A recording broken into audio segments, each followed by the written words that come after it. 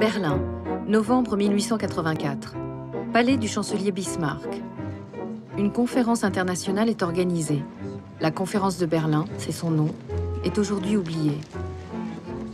Elle a pourtant scellé le destin de l'Afrique pour les siècles à venir.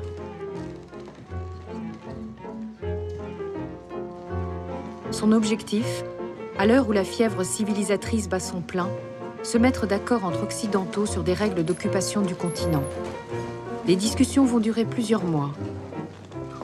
Aucun Africain n'y sera convié. Les diplomates qui ne connaissent pas l'Afrique et n'y mettront jamais les pieds, y traceront pourtant des frontières. Sans presque rien connaître des richesses qu'elle recèle, l'Afrique fascine. Et en premier lieu, le baron de Courcelles. C'est lui qui a convaincu Jules Ferry, le président du Conseil, de se lancer dans l'aventure coloniale. Face à lui, Sir Édouard Malet, dont le rôle a été décisif dans la conquête de l'Égypte par l'Angleterre 2 ans plus tôt, aux dépens de la France. Si monsieur le représentant du Portugal veut bien prendre sa place. Sir Édouard Malet, pour le Royaume-Uni.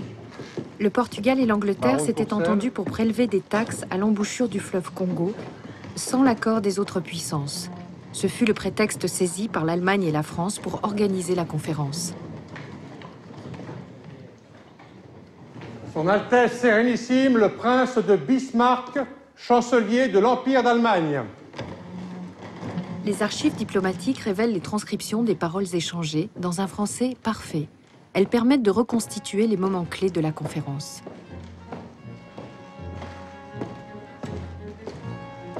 La séance inaugurale est présidée par le chancelier Bismarck. Derrière son air bon enfant, l'homme le plus puissant du monde. C'est lui le vainqueur de la guerre de 70 qui a amputé la France de l'Alsace et de la Lorraine. C'est lui qui a fondé l'Allemagne moderne.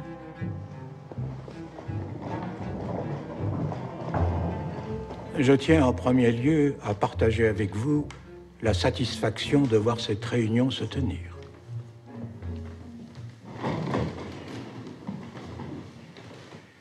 Tous nos gouvernants partagent le désir d'associer les indigènes d'Afrique à la civilisation, en ouvrant l'intérieur de ce continent au commerce et à l'instruction, et en préparant la suppression définitive de l'esclavage. L'intérêt dont nos nations témoignent ici offre une garantie de succès à nos travaux pour développer les relations commerciales avec l'Afrique et servir en même temps la cause de la paix et de l'humanité.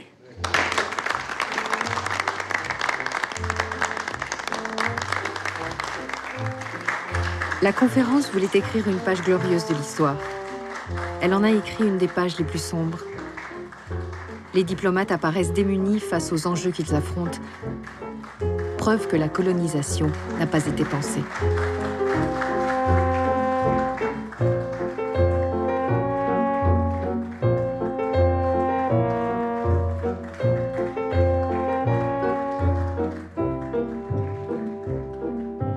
La mentalité de Berlin, c'est de dire on va vous faire du bien malgré vous, en dépit de tout. On veut votre bien, on va vous faire du bien, que vous le vouliez ou non. Et surtout, soyez reconnaissants. Alors vous imaginez la dose de bonne conscience qu'il y a dans le projet de Berlin.